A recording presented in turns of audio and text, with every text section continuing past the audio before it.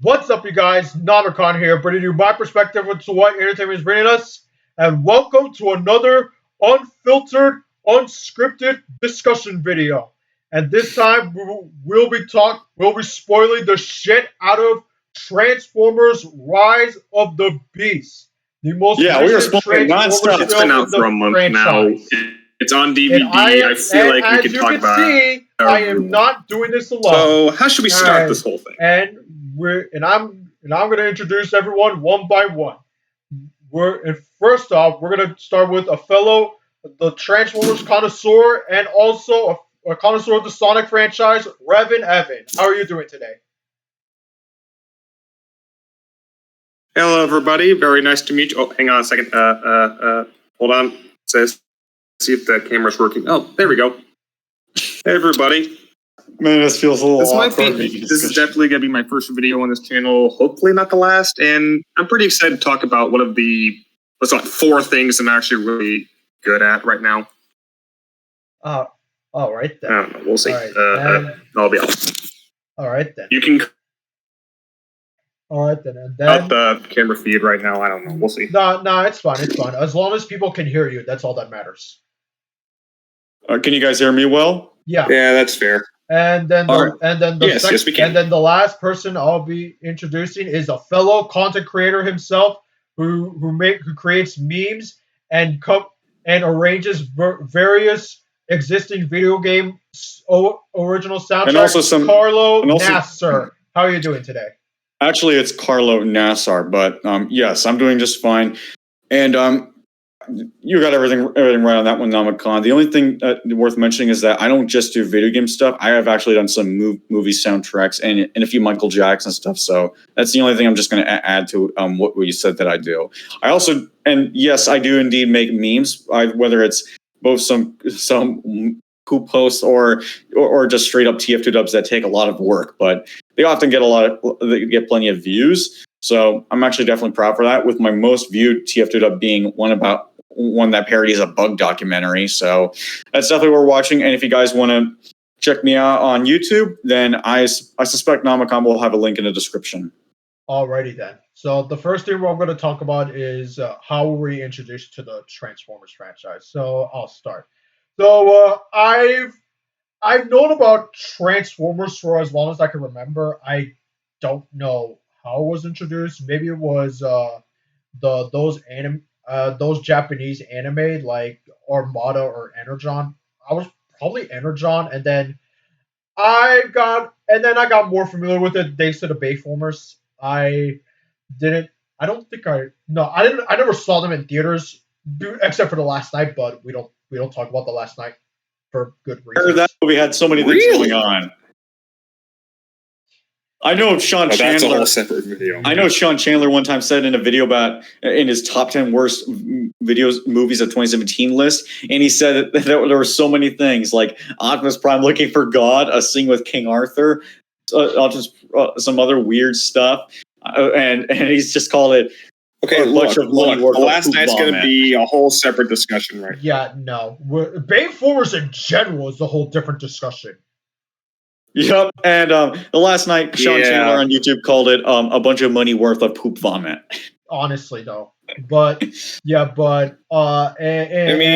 of what was my favorite Transformers product, I gotta say it's Transformers Animated.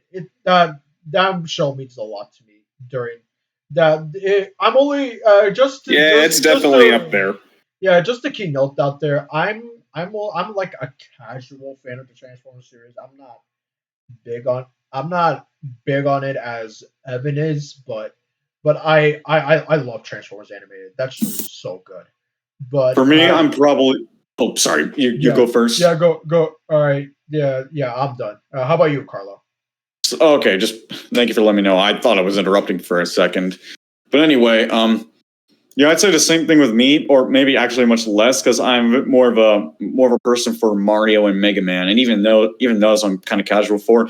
Maybe a little hardcore for Mega Man Classic X and Zero. I thought the X games were kind of rough though so far, but yeah, I'd say a little less of the same thing that Namicon said for himself, and Yeah, it's pretty much the same case with me. I haven't gotten into Transformers completely, and heck, I'm still trying to get into stuff like that and Super Sentai. So, yeah, I'm also pretty new to most Transformers stuff. But I did watch Rise of the Beast and also the 1986 animated film, where Orson Welles does a character, as a lot of hardcore Transformers fans likely know. Yep. All right. And last but not least, he played a character which we'll be talking about in this movie very shortly. All right. And next to you, Evan. How were you introduced to Transformers, and what is your favorite Transformers show or movie, at least? Surprisingly enough, how I was introduced to it was, imagine me as a little 5-year-old kid going around the local library and suddenly coming across a little big Transformers guidebook right now, explaining a lot of the various cartoons, comic stuff, some teasers for the new movie coming out that year, and ever since I first got that book at that book fair, I was just completely hooked on this stuff. Yeah, it's a similar. I've watched all the movies, a ton of the shows, and I haven't read that many of the comics, but I've heard a lot of the various stories about them. All the shows there, almost all of the shows I've watched, and I've liked most of them. There are some that I do not like that much, which we'll talk about in other videos. And of course, what kind of Transformers fan doesn't try collecting as many toys as they can? Seriously, my collection weighs about twice as much as I do, and that scares me. That's crazy. Yeah, for me, So as you can see, I am definitely in this call right now. I am deepest into the fandom right now. For me, it was just stumbling by some simple books about it and stuff like that. I don't think it was toys, but I don't own any myself, so I can't. So yeah, it was definitely something I stumbled by complete accident. The same thing goes with Power Rangers. I don't. That's a whole nother story. I don't. I don't recall ever collecting any of the Transformers toys. Maybe I did. Perhaps it was probably under the Hot Wheels brand, or if they ever collaborated. You mean the ones that don't transform? Yeah, or maybe they did not. Those are literally just Hot Wheels cars, but you flip them around, and on the bottom there's just a picture of the robot. Yeah, maybe, or maybe they did not collaborate. Those were called RPMs, and I had some of them. All right. So, anyways, let's get on to Rise of the Beast, shall we? How should we start discussing this whole movie? Should we do general thoughts and feel, or specific plot points? All right. So, in case you didn't know, Rise of the Beast is a sequel to Bumblebee. It has no relation to the Bayformers movies, thankfully, besides some music motifs. But otherwise, yeah, Rise of the Beast is about the Autobots being stuck on Earth because they had to what is it? They had to recuperate after the war on Cybertron on Bumblebee. And because they were a dwindling force on Cybertron, the Decepticons conquer most of the planets. They decide, okay, we go somewhere to regroup, rebuild, and eventually retake our home. But they didn't really think that well into it there, and are now stuck on Earth for quite a few years. Yep. And the only reason why they were it was supposed to be a pit stop for them, but now they're just stuck. The only reason why they were stuck on Earth was because Bumblebee stumbled upon it. Well, Bumblebee was specifically supposed to go there in his solo movie there. Like, Optimus Prime told him, I found a planet that's well hidden. Go there. Yep, and he was so well hidden to the point where the Autobots were like, hey, fuck it, let's just go over there. And so they did. Yep, and they were unfortunately being followed by the Terracons. And they were under the that's leadership... not what brought them there, actually. And because of that, they were under the leadership of Scourge, who's under the leadership of Unicron. If you don't know who Unicron is, he's basically the big bad of Transformers. He is the robot god. Like, when you introduce him, he is probably the biggest possible threat you could put on him. He's basically the Transformers equivalent to Galactus. He's a god.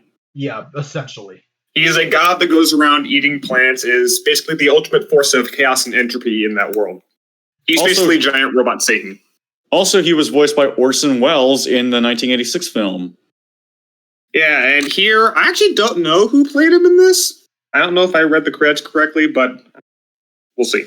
I can look it up for you while you guys speak. I mean, yeah, while we're talking about this whole thing. Yeah, just now, when I saw a couple of the trailers and they said Unicron is coming, I legitimately thought, oh no, don't do this, Paramount.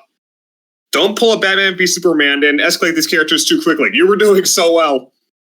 I think you mean Paramount, but let's see who directed. Stephen Cable Jr. Paramount was doing the Transformers films. I was just scared they were going to escalate these characters far too fast.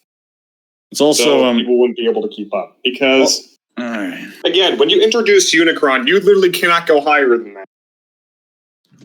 No, unless luckily though, like even though he was unless you could really create like some new original character that is somehow a bigger threat than Unicron, then I don't know. Hey, I don't think you can really do that. Luckily, though, in this movie, while he was there, I don't think he was necessarily the true threat right now. Like, it didn't have too much of a presence. His presence was definitely known, but it's left open enough to explore him a lot more in future films. Yep. All right. Hey, Evan. Yeah? I looked up on IMDb in terms of Rise of the Beast, and Unicron is voiced by this guy called Coleman Domingo. He was. I do not know who the heck that is. I have no idea.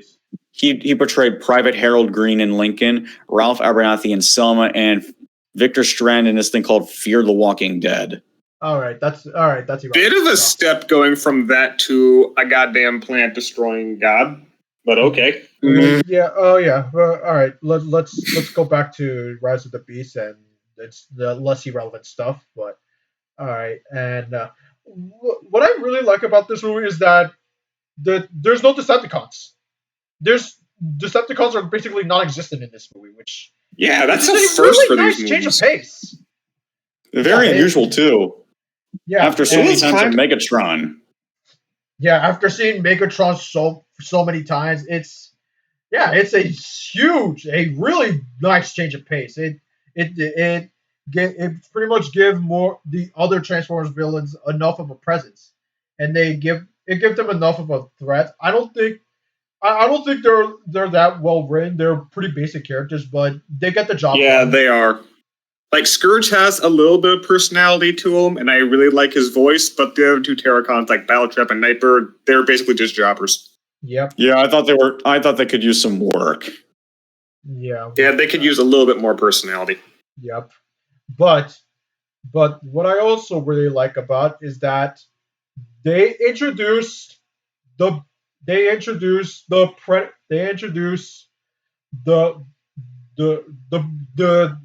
Autobots from the Beast Wars franchise. You mean the Maximals? The Maximals, yes. Yep. Or should I say Autobots from the Beast Wars? So what did you think of that opening scene where the Maximals on, I don't know what the heck the planet was called. It goes by different names and different continuities. I think it was Animatron. I don't know if that's the correct name. I don't even know. It's the Maximals having their own home planet that was attacked by Unicron. Yeah. That whole opening scene. What did you guys think of it? I actually didn't think they would open it that way, but yeah, I actually thought it was a really cool way of introducing the Maximals. So how about you, Carlo? So what I think? What was it you're asking me about? I lost that. I lost the subject. The opening scene. What did you think of the opening scene of the movie? I don't think I was the one that was a little late to the theaters for that, and Evan had to introduce me to it, so I'm gonna have to see it again when I ever watch the movie itself again. I'm sorry, guys. Oh, okay. But I can introduce to our audience who the Maximals are. No, you don't have to. I'm the connoisseur of all this stuff, so I could probably. So, I was just gonna give a head start. All right, so the Maximals were firstly introduced in the TV show called Beast Wars Transformers. It was a huge hit in the 90s, and specifically in Fox Kids, or for my generation, Fox Box or 4Kids TV. That was it. It was a really huge hit for it. Most people consider it the best Transformers show. I had to see it for myself. I would say that it's definitely in the top 5, but I would not call it the best. But honestly, I don't know much about the Beast Wars besides it being the first show, one of the first shows being in full 3D. But I'll take it to Evan to tell you what Beast Wars is about. Look, I'd Take it rather away, want to Kevin. talk about the stuff involving the movie rather than the shows right here, but I mean, yeah, let's just go on with that. Yeah. so Like, the Maximals that were introduced in this movie, it's not the entire cast of the original Beast Wars show, which is kind of a relief because we didn't want to have too many characters in this. And I did like some of the choices. It's just, I feel like because there were already quite a few characters being juggled around this movie, not a lot of them get that much development. yeah, the movie was kind of short. Like, Primal, he does have some pretty cool moments, but doesn't have much in terms of real relevance, I guess. yeah. Aries are out of really good scenes and moments there, but she ends up can have about a good chunk of the way through. Yeah, yeah. Cheetor and Rhinox pretty much don't do anything. I swear to God, Rhinox didn't even get a line in the movie. Oh yeah, that's another thing. And speaking of lines, They cast him with. And speaking of They lines, actually cast him, but he didn't even get to speak. Yeah, Just speaking grunts. of lines and casting, we gotta mention the voices right away. So Optimus Primal, the guy who turns into a gorilla, is voiced by Ron Perlman, who some of you may know. Ron Perlman, yes. Who some of you may know for either voice work or for some more live action stuff, like in one of the Beauty and the Beast shows. Hey, I was still speaking. Like, for example, Hellboy, some of the Beauty and the Beast shows, or one of the Beauty and the Beast adaptations, and also some voice work like Satan from Animaniacs and some really weird stuff. And then you have the Cheetah guy, Cheetor, voiced by Tongagi Kirisa, if I said that right. That's who I don't know how to pronounce it in this movie. And so he's the guy who turns into a cheetah, as you guys probably assume just by the name. You would think, oh, that's totally a cheetah, and yeah, that's pretty much it. Also, the actor who voices him is Nigerian. And anyway, and last but not least, the guy who did not get any lines, well, Rhinox, the Rhino Primal, and he's voiced by David Sobolov, who a lot of you may. I'm pretty sure some of you may know for voice work. He's a really good deep voice too, and it's no wonder. And probably my favorite voice for DC character Lobo, because he really makes that character sound awesome. And he does a lot of other voice work too. So thankfully so who knows? Maybe he's been around since the original Beast Wars cartoon came out. Like he played Depth Charge. Mm-hmm. And he also did some ocean work. He did something called. He did some anime thing that he was in, but he also did some other voice work, and he's a really good deep voice in my opinion. So who knows if he does someone like Tabura, I'd be glad. He'd honestly, I can't really. It's a lot of shows and video games and movies like Spider-Man Unlimited, for instance, or the Guardians of the Galaxy show where he voices Drax. Anyways, now let's get on to the humans. Now, now people are understandably mixed on the humans from the Transformers movies. Yeah, we don't want to go. Yeah, sometimes they're just not really working that well. Yeah, I know some people are crazy. We don't want to go on the Bayformers. Sam, sorry. Can we not? Yeah. Let's. Shia LaBeouf's character, he fucking sucks. Yeah, don't even get me started. I didn't think he was that bad in the first movie. Mark Wahlberg is one of the worst actors out there, and Mark Wahlberg is one of the worst actors out there. He should not be getting more work on the industry. The dude's a racist prick, honestly. I didn't think he was that bad in those movies, but okay. I didn't know he was that racist. Maybe he should be canceled. Yeah. Is he got canceled? Yeah. I'm not gonna get into that because that's not related to Transformers, but yeah. All right. Yeah, but let's talk about Noah. Yeah. Anthony Ramos' character. I actually really like this dude. Yeah, he's pretty cocky. Yeah, he's a pretty cocky guy at first, and also the part where he merged with what was that Transformer? Mirage, wasn't it? It was Mirage, wasn't it? Yes, it was Mirage. Yeah, and the stuff he does with Mirage, it's honestly you're thinking this is really brotherly, and we're skipping ahead. I'm glad they really made use out of it because I think there's one thing that I'm pretty sure some people would have won it after being mixed on human characters for a while. Human characters actually get to kick butt like the robots do, because that really does that really can be very fun. So that's why I really loved it when Mirage let Noah take the seat into becoming what's essentially kind of like Mega Man in some ways. And I kind of want to see more of that now that I'm thinking of that scene. I'm sorry. No, you're good because it's related to the movie. Okay. And how about you, Evan? How do you feel about Noah?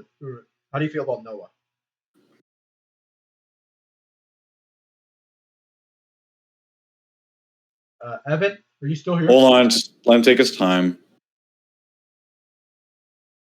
Okay. Now. Hold on. No. Evan!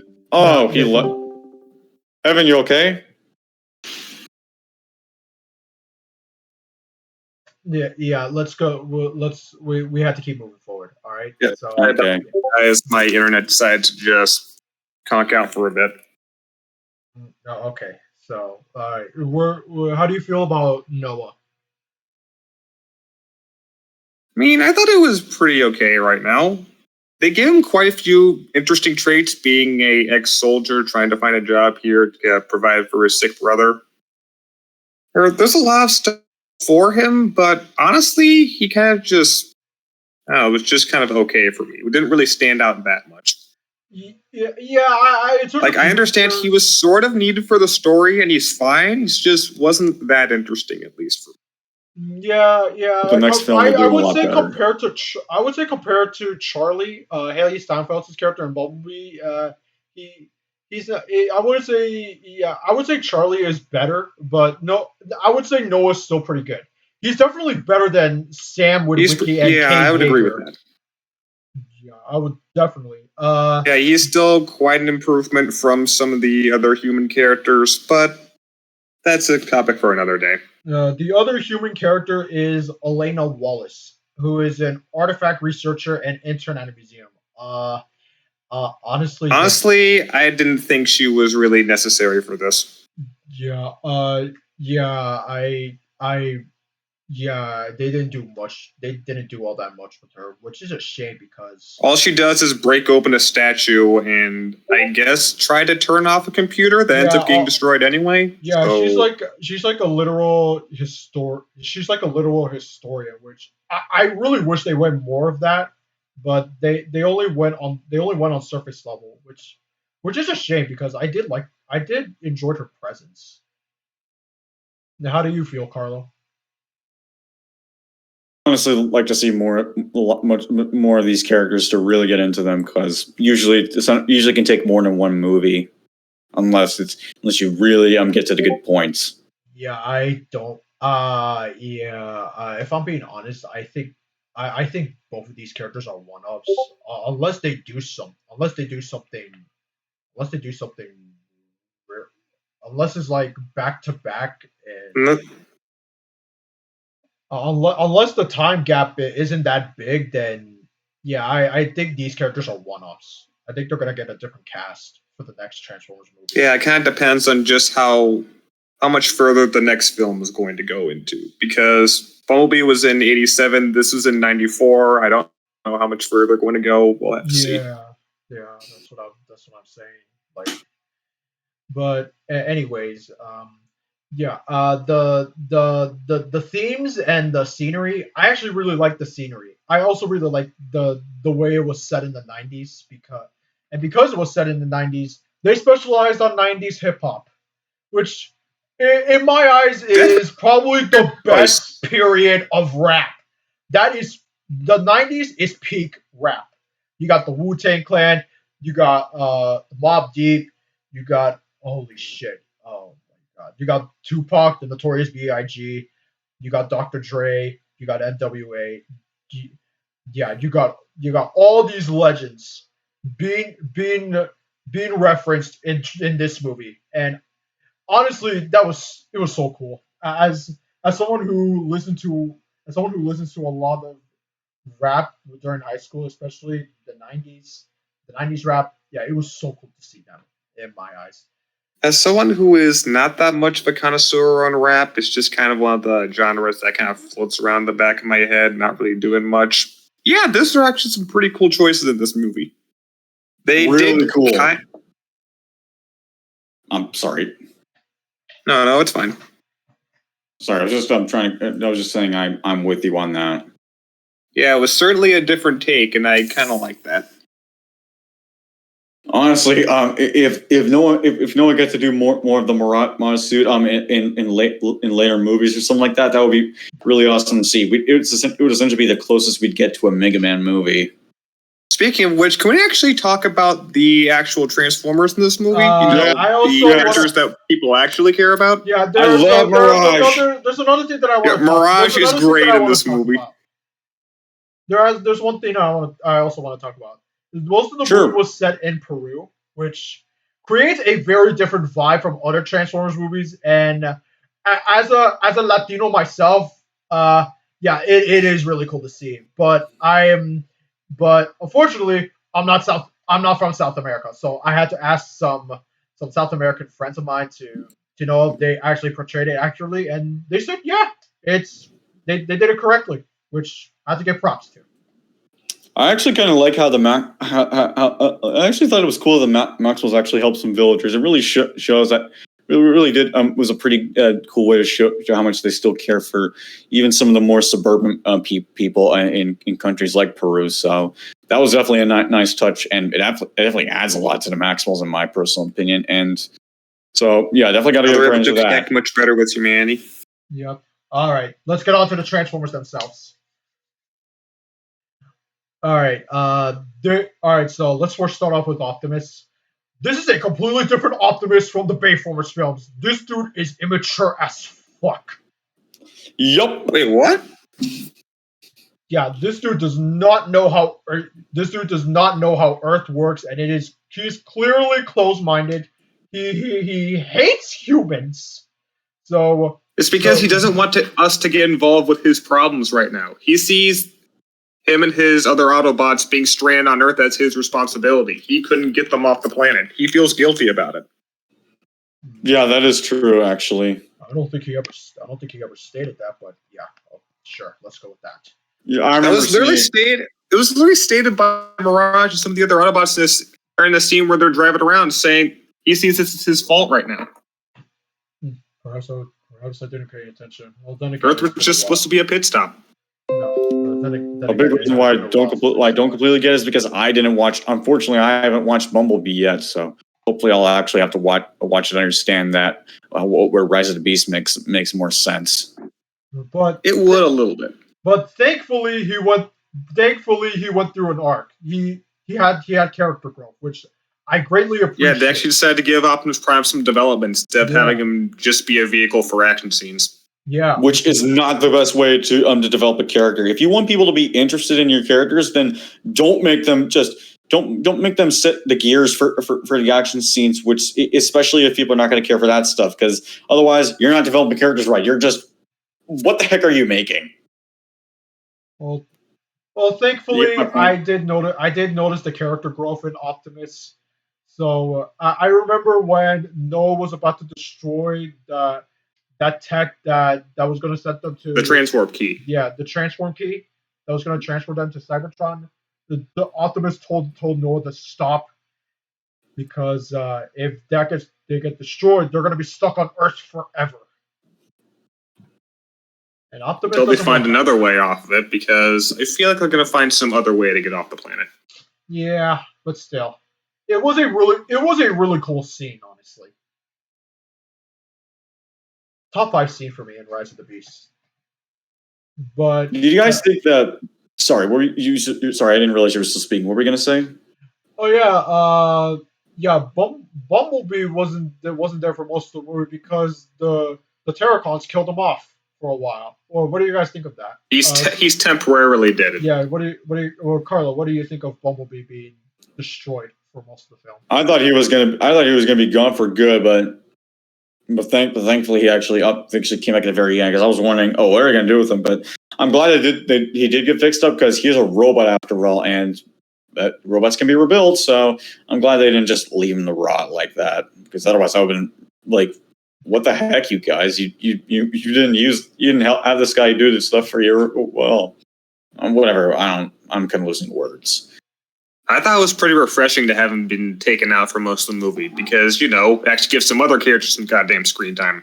Yeah, Bumblebee's been pretty much the focus in every single movie prior to this. That's the one thing now, while we're on to giving characters spotlight, I'm just going to be off topic for just a little bit before I get to another character in this movie, but this is probably the one thing that would have made me more interested in Power Rangers if they didn't just focus on all 5 Rangers at the same time. It just had some episodes where they did, and some where they had their own sense of spotlight, and that's the kind of the reason why Justice League and Justice League Unlimited still have strong character development, because they don't just focus on the exact same characters all the time. They take time for everyone to get their spotlight, and eventually have some moments where some of them really group up. So. Yeah, I'm glad other robots were given some screen time, just like what Evan said. Yeah. I'm actually glad that a lot of the Autobots were given screen time at the expense of Bumblebee. At the expense of Bumblebee getting destroyed. But thankfully, he had his character. He had his development in his own movie, which is still, in my eyes, the best Transformers live action film. It's also directed by the same guy who directed Kubo and the Two Strings. Just wanted to add that. Bumblebee. Which does make sense. It explains where a lot of the quality came from. Yep. And speaking of characters and getting into them, do you guys think Airazor, if I said it right, could have gotten a little bit more development? Because I thought she was we actually got some scenes with her interacting with the other Maximals and with the other Autobots before she eventually has to be killed by Primal. I feel like it would have hit a little bit harder.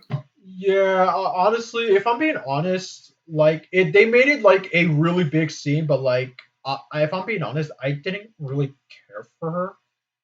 If I'm being honest, maybe it's just me. That's because you didn't really get that many actual moments to have her be a character. It's more just her saying, "Hey, this is where the other half of this damn key is."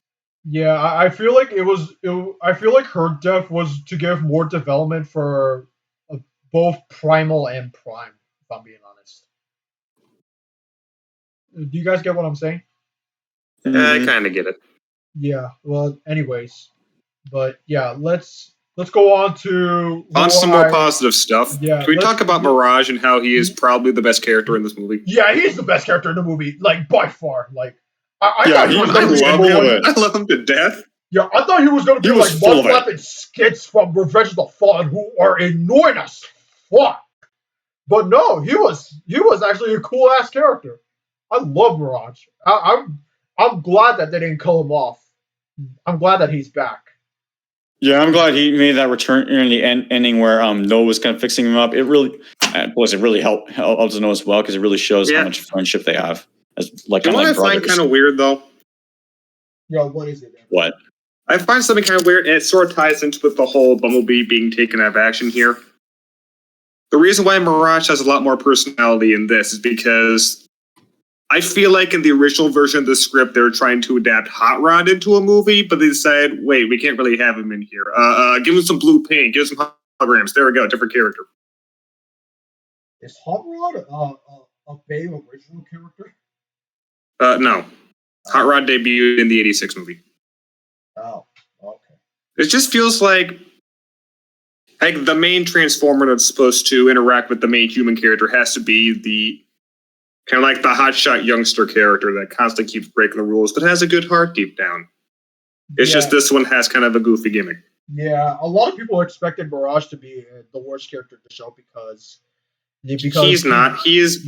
Yeah, he's the best character in the show. It's mainly because he was actually given personality in this movie. No, and some actual moments to work off some of the other characters. The thing is, a lot of people were skeptical about it was because of Pete Davidson was voicing him. Oh, what's wrong with Pete Davidson? Is he controversial like Mark Wahlberg? No. I just think people don't find. Funny you say that, considering Mirage makes a Mark Wahlberg joke in the movie. Yeah, I just think I think people just don't find him funny. If I'm being honest, maybe he is a controversial figure, but I don't know. I actually never heard of Pete Davidson before this movie, and now I kind of want to see what other stuff he's in, because, yeah, he was definitely the comedic highlight for this. Well, All right. Well, let's move on to another Auto, the last Autobot, if I remember, RC. RC is voiced by Liza Koshy. I don't know why she's Don't voiced know by who the Liza heck that Koshy. is. YouTuber, very famous YouTuber. But yeah, I kind of wish she was given more time to develop. I mean, I like her Or any design, time at but all, because she doesn't really do much. yeah, she didn't do much. But yeah, she has a cool design, but otherwise, yeah, I want to see more of her. Yeah, how about you, Carlo? Yeah, I wish I could see a little more of her too. And I've seen, and I know it can be possible with that many characters. Look at Into the Spider-Verse, which I consider way better than Across the Spider-Verse, to be honest with you. That film did a really good job introducing a cast of like 8 characters, and a lot of them I was actually interested in, and I felt that they were all equal. And so Rise of the Beast kind of falls back on that. Look, it's just because outside of a couple of the main characters, some of the other ones don't really have much. RC doesn't get to do that much. Wheeljack is literally just one joke, and then they forget about what he is. That stuff is kind of one of my disappointments with Across the Spider-Verse. Besides what was there after Miles escaped from McGill.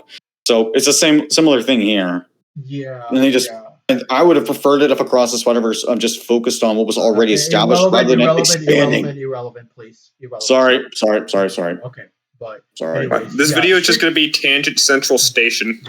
Yeah. But All speaking of Wheeljack, a lot of people do not like his design. I kind of agree, but it's not as bad as the Last Night. The Last Night's Wheeljack is atrocious. I know some. He wasn't in that movie. I know some Bayformers. No, it was Dark of the Moon where Wheeljack appeared. In some Bayformers films, he was kind of broken looking. I thought it was Last Night, but yeah, Bayformers Wheeljack, atrocious design.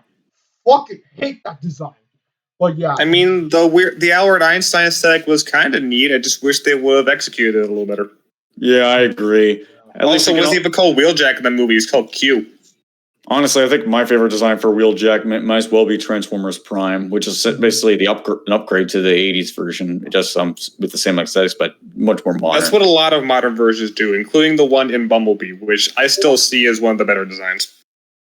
Yeah, but yeah, I think Wheeljack. I don't think Wheeljack looked that bad. I mean, and you could still tell he has some playfulness, but I'll admit the Peruvian. I think it was Peruvian, but the Peruvian accent was probably a little unexpected. The whole thing. I think the whole reason why they redesigned him that way was just to make that one joke. Yeah, honestly, where Noah starts speaking Spanish. I mean, says, "Are you sure that's racist?" Yeah, you're a robot. How can it be racist? Let me speak from that joke from a Latino perspective. It's not racist. It's just not funny. That's my take. Yeah, it's just kind of there. Also, there was that one Autobot that could turn into a plane, Stratosphere. Don't know where the hell he came from. Yeah. Do we even know his name? I just said Stratosphere. Stratosphere? Oh, okay. Yes. Okay. Yeah.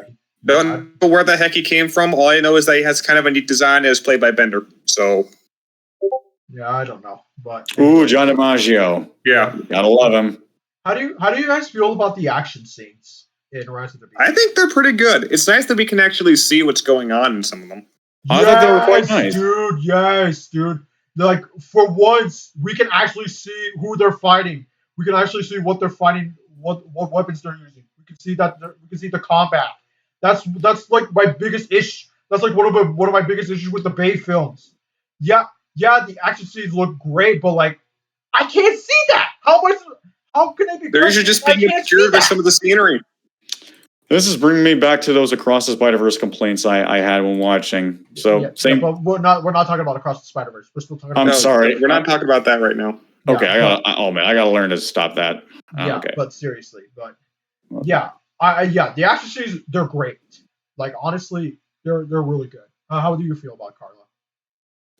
There were a very decent range of different kinds of attacks. You didn't just have punching all the time. You had a mixture of punching, shooting, and also some melee weapons, sword fighting. Gotta love it when you combine sword fighters with some fist guys. And also, what was I gonna say? also love really seeing how the Maximals transform. I was thinking to myself, how the heck are you supposed to have those more humanoid forms? Like if you guys are often animals like that. So the way they pulled it off, I gotta give credit to the visual effects designers for pulling off the transformations and the action, because those combined, they looked really nice. So Yeah, again, speaking of the visuals, I've been seeing a couple of people say those visuals don't look as good as the Bayformers.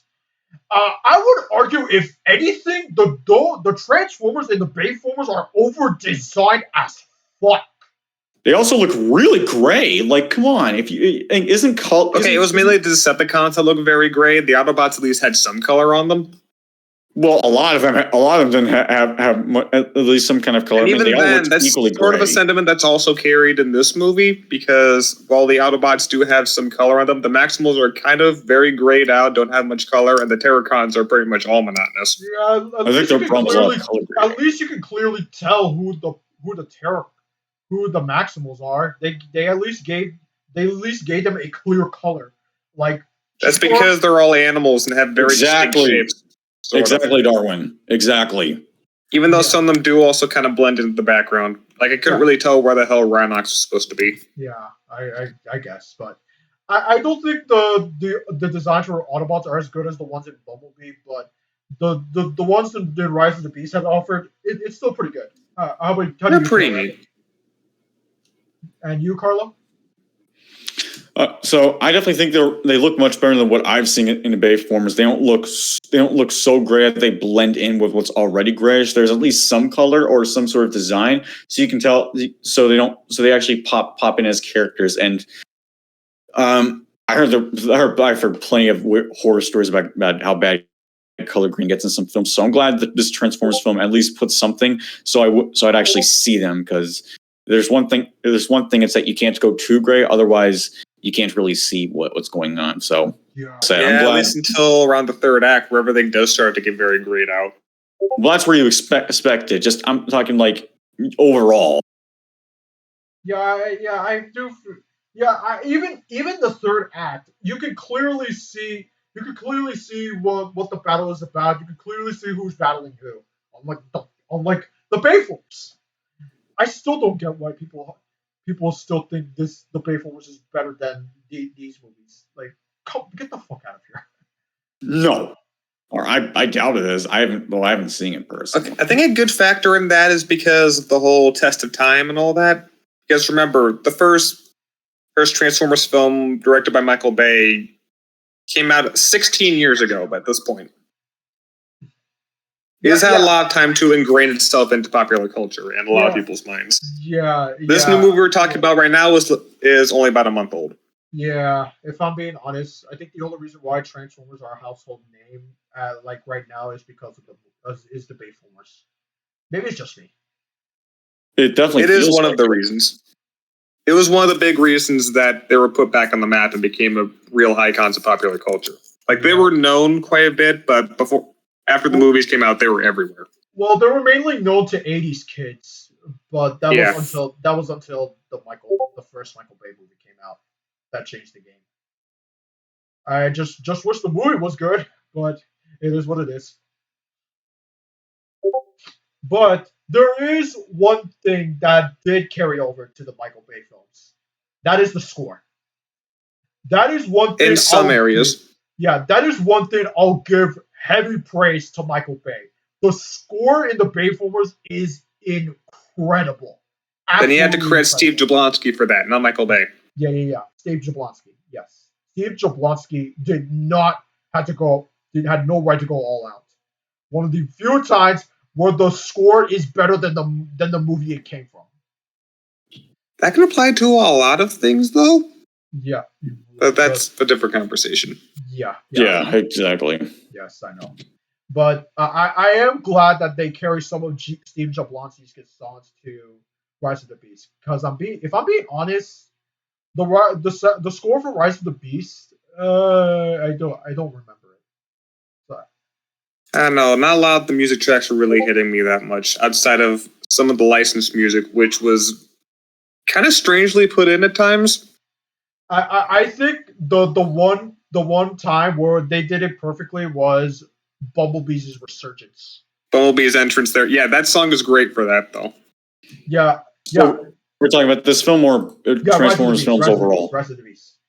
It's a problem that a lot of modern films have. I heard from Junkie XLs because composers in general don't want memorable scores. So yeah, it's a problem that's affecting a lot of modern films these days. It's sad. Wait, Junkie XL did the score for Rise of the Beast, or was it somebody else? What you're asking me? I don't know.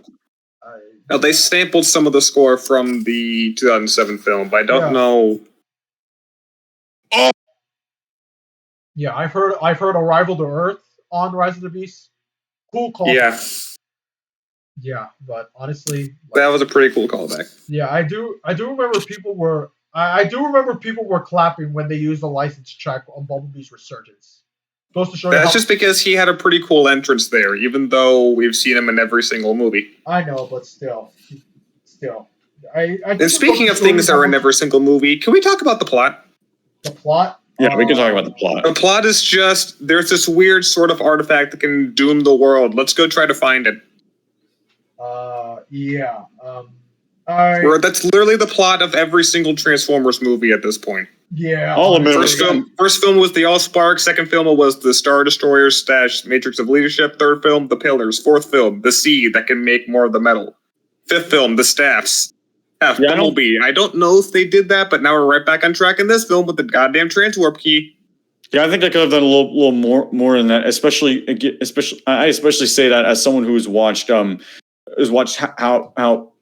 Simple Plot's can be made into something really fun. I mean, if you guys look at Puss in Boots: The Last Wish or the Mario film, those are some of my biggest examples for films today. But Rise of the Beast didn't do quite as much for it, and I think the story is fine, but if I'm being honest, like Transformers was never had a good track record for storytelling. Maybe that's just me. In the films, yes. In the shows, they had a great track record for storytelling. Well, in that case, you make me want to see Transformers Prime. Do it. Yeah. I had to get back on watching animated, honestly. Either that or Transformers Animated, where in that show, either of them are great. All right, because either I enjoy see how Transformers Prime updates, or I get to see Transformers Animated and listen to some Corey Burton. Although from what I've heard, avoid Armada at all costs. I heard that one. Armada wasn't that bad. Energon was the one you need to avoid. Oh, Energon.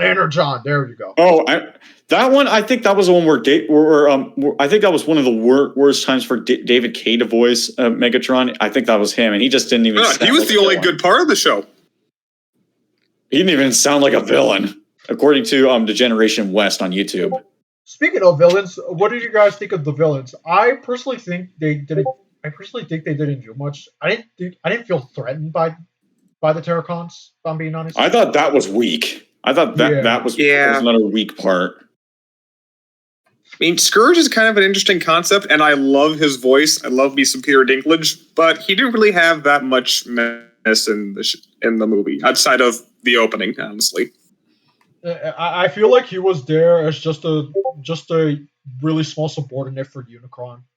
That's it. It's weird because they have a couple of hints at what exactly his character was, like when Unicron is torturing him, saying, "Don't make me regret sparing you," or something like that. Hey, Darwin, insinuating that, he destroyed his world and decided to just take this one guy as a servant, kind of like the whole Silver Surfer thing.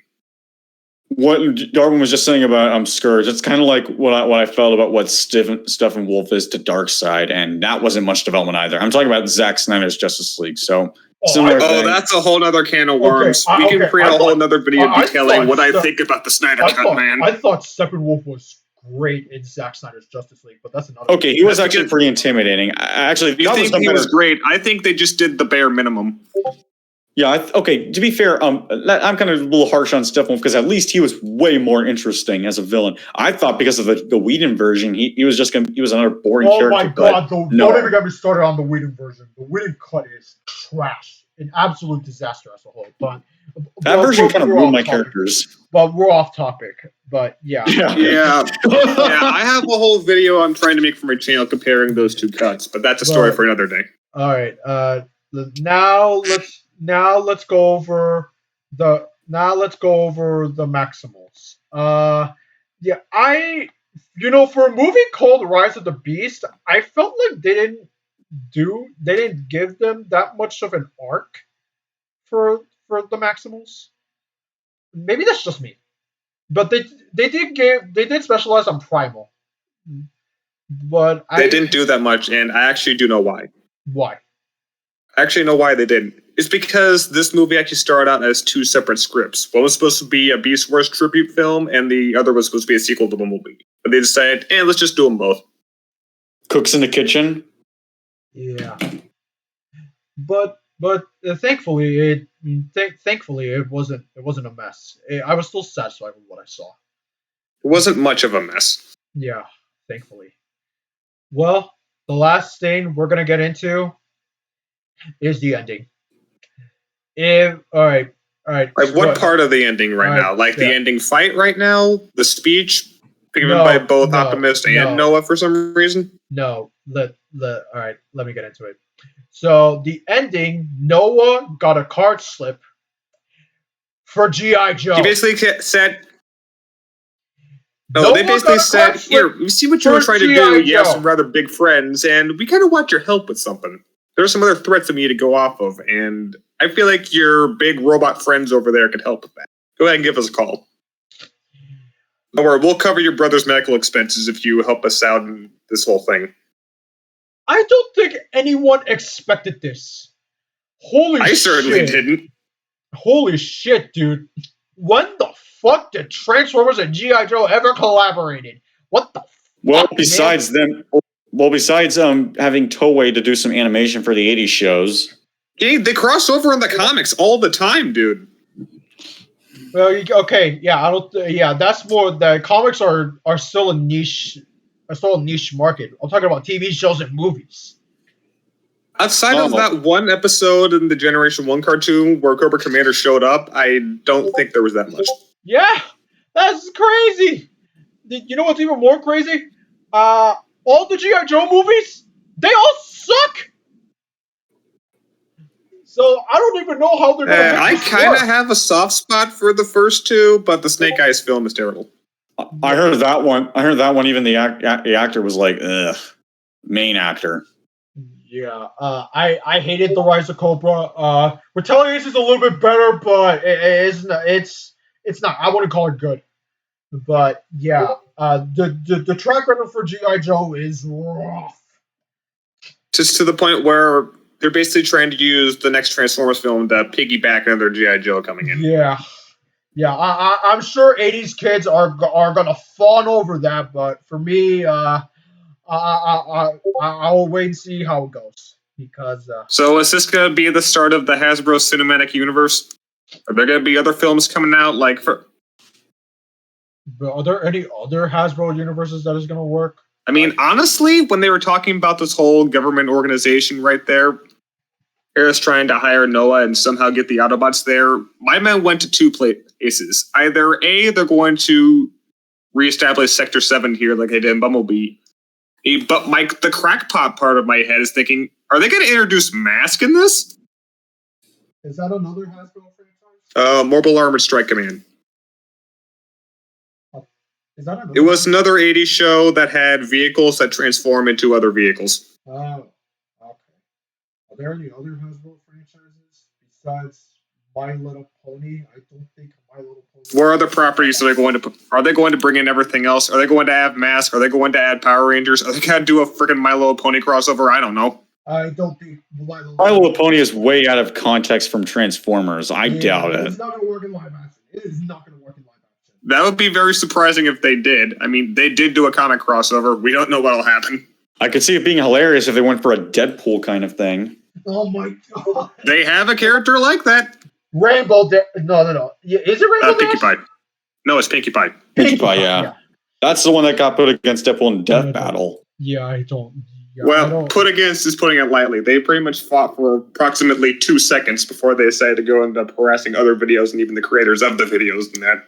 Yeah, I really want a Pinkie Pie versus the Mask death battle. If I'm being honest, I feel like that'd be a very similar result, though. I don't care. Make it work. That's gonna be hilarious. Yeah, they both say no to damage. I don't know about Pinkie Pie though. I don't know how My Little Pony works. I only saw a few episodes of Friendship is Magic.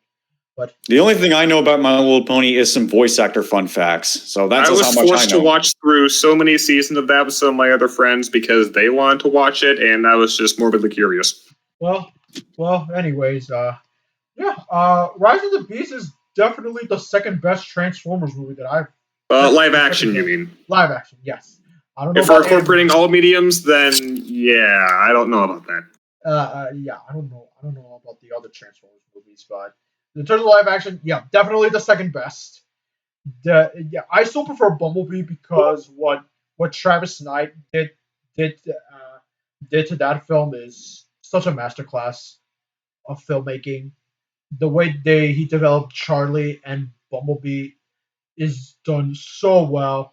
I love the action scenes in that movie. I love the character growth in that film. It's just so sweet, and yeah, I don't think it's better than Kubo and the Two Strings. That is Travis Knight's magnum opus in my opinion, but Bumblebee is definitely a close second. But yeah, Rise of the Beast definitely a pretty solid start for what's to come for the since there's supposed to be a couple more movies. Well, this is supposed to be the start of a trilogy, actually. Well, hopefully it does. Hopefully it comes to fruition, and hopefully we'll have another movie. Hopefully Megatron will actually be introduced in the next film. Well, hopefully. How do you feel about Rise of the Beast, Carlo? Like overall? I thought it was pretty solid, but it kind of needs some work.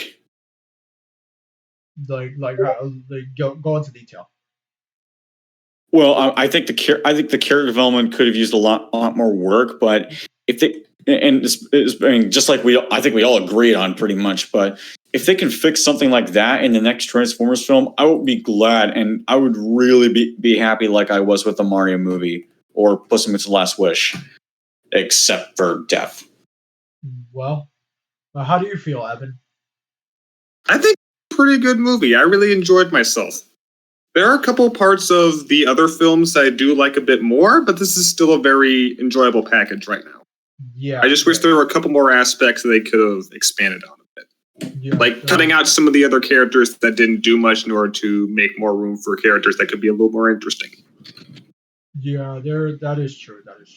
But like, if I'm being honest, RC and Wheeljack don't really get to do anything in the movie. So if you decide to cut them out in order to give some more time for Optimus and Mirage to actually have some more character moments, or some of the other Maximals to actually do some stuff, I don't know. What did you think of the Prime version of RC, Evan? That's still a pretty good incarnation right there. Speaking of Jack, RC, she gets to have a lot more moments. Speaking of RC, people are being down bad on him. Holy shit, dude! People are what? Fucking robot. Fucking great. Wait, they're simping, you said? Yes. Holy shit! Like that's been a thing for a lot of versions of her, actually. And I know this one. And and you're telling me Rise of the Beast is now more egregious? You know, I used to simp for some. Really, no. I used to simp for some fictional characters, but I don't do it anymore. Yeah, but fucking robot, good fucking. But if you don't like people when people simp, you'll be glad to know I stopped. I'm not judging, but Jesus Christ. Oh, okay. Yeah, we're not king shaming here. Yeah, we're not king shaming here, but Jesus Christ, you guys, y'all, the simping for RSC is crazy. At least this ain't Jeremy. Yeah. True, but man, I can't believe I brought up Jeremy of all things for a Transformers discussion video. But there are some robot stuff. Well, the future for this franchise looks bright. We got an upcoming animated prequel coming up, and due to the fact that Rise of the Beast did well at the box office, Did it? we're getting more movies on the way. Yeah, it grossed. Based 400 on million. what I've seen right now, I think it made the least money out of any of the other films. Well, it grossed over $400 million on the $200 million budget, so that means it did well. Is that factoring into marketing as well? Maybe, I don't know. It's one of the few movies that even did well in the box office. A lot of movies, in not just this year, but even the last few years, have mostly not done so well unless they're related to something super. I feel like the reason why this movie wasn't doing so well is because there were a bunch of other films that were already taking its spotlight. Yeah. What do you mean? I'm pretty sure. What do you mean by this film? Like Rise of the Beast. The reason why it wasn't making as much money was A, because of fatigue from some of these other films, because the people are thinking this is probably going to be just like some of the other Transformers films. And 2, because of some other massive blockbusters like Across the Spider-Verse and the fucking Mario movie coming right around the same time and making all of the money. You mean there are a lot of blockbusters coming out. Because during the same month, there was not only Rise of the Beast, there was Across the Spider-Verse, Asteroid City, The Flash, and what else came out in June? I think there was one. I think there was that Dreamers film, Ruby Gilman. I think that's why some of them did not succeed so well, because they were all in the same month. So it was going to be a complete. Yeah. I don't usually use this word, but crapshoot for all of those movies. Yeah, it was a complete mess. If it were opposite time, then Dial of Destiny would have been a massive success, and Rise of the Beast would have been a failure. But that's opposite day, not real life. So I think too many things are coming on around the similar time. It's not giving time to breathe for people to think about watching these movies in theaters, and it could also be combined with the existence of streaming services. Which, if it's going to help theater sales, then they might have to just get rid of services altogether. Especially since most of these movies are coming out on streaming services a month after they're in theaters. Yeah, can we not rely on streaming services like? Let's just get rid of them all together. Stick to theater and cable TV, because that's a real man. Yeah, stick to theater and Blu-ray and DVD, please. Yes. I mean, if you want to keep paying all that money for extra theater tickets, go ahead. Yeah, physical for life. And plus, physical is necessary if you're going to review movies on YouTube with footage, because how else do YouTubers use footage for movie reviews? Yes. Downloading this stuff, which could get them in trouble. Yeah, exactly. Plus, streaming services are not really financially viable for a lot of studios. Like, from what I've heard from Disney, it's losing them money. Just get rid of Disney Plus. Problem solved. Yep. And also for every studio, don't make so much content, because more content does not always mean better, especially considering that when that money is involved. This is not like a Gmon animator on YouTube making whatever the heck he or she is comfortable with. This is business. Yeah, agreed. I especially bring up Gmon as an example because I heard some people said crazy stuff in the server. I used to be like, oh, let's just let all these big studios just fall down, let Gmoders dominate the industry. And I was like, yeah, I left that after it got really dramatic. Yeah. Well, okay, I left. Well, I guess that's it for our discussion. Okay, wait. To end off this whole conversation about Rise of the Beast here, can we all say it? Can we all give what we think our favorite line is? It was, get away from him! Get with my friend Donkey Kong. That line fit too well. Especially since Donkey Kong was like one of the biggest gaming icons during the 90s. And also a gorilla. Yeah. I think King Kong would have made more sense, but hey, what can you do? It was because it was 90s, so they had to. Yeah. No. Well, I kind of felt like maybe in the 90s, maybe King Kong was a bigger name than Donkey Kong, but it wasn't. It was just because it was funnier. Yeah, I believe. Now, you want to talk about what my favorite line in the movie was? What? It was when Noah was reuniting with his brother for a bit. Then Mirage peeks in there, said, "No, who's this guy? Oh, we're just work friends. Work friends? You've been inside me." I'm sorry, that was probably the loudest I heard in the audience in that entire screening there. You just glitched out in one of the funniest ways possible for a moment, Evan. Maybe it was just my side. That was not intentional. That was just me needing to put away my computer because I gotta get going. I don't have a favorite line in particular, but what I also really love was the relationship between Noah and his brother. As someone who has two younger brothers, I can kind of relate to it, trying to save the world. All right, guys, I got for this. Yeah, yeah. I really like the dynamic. I really like the relationship between the both Noah and and his brother, like personally. Well, I guess that sounds about it for the discussion of Rise of the Beast. All right, Carlo, where can we find you? Where can people find you? So I have a few things, and I'll definitely link to them in this chat that we're in, so that way you can easily get the link. So I hope that helps you a lot. All right. But in the meantime, I'm going to say it for the people watching this.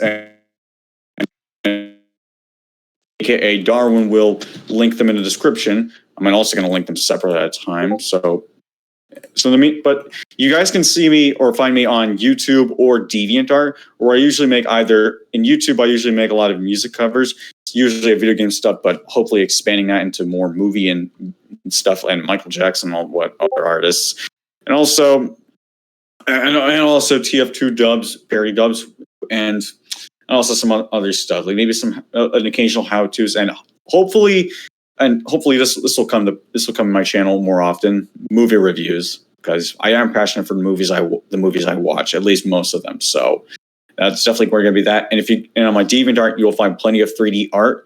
The good news is for my 3D art that most of it is not nude. So if you don't like nude stuff, you'll be glad to know most of it isn't. So yeah, just saying. But in the meantime, I think that'll be it for a while, and I think this calls it for both of us, because I got to do it with the dad. Yeah, of course. Yep, that sounds about it for this discussion video. Thank you guys so much for watching. Make sure you subscribe to my channel, and make sure you follow my Instagram, Backlogged, and Letterboxd down in the description down below. You can also join my Discord server if you want to. Anyways, this is Namicon, and I'll see you next time.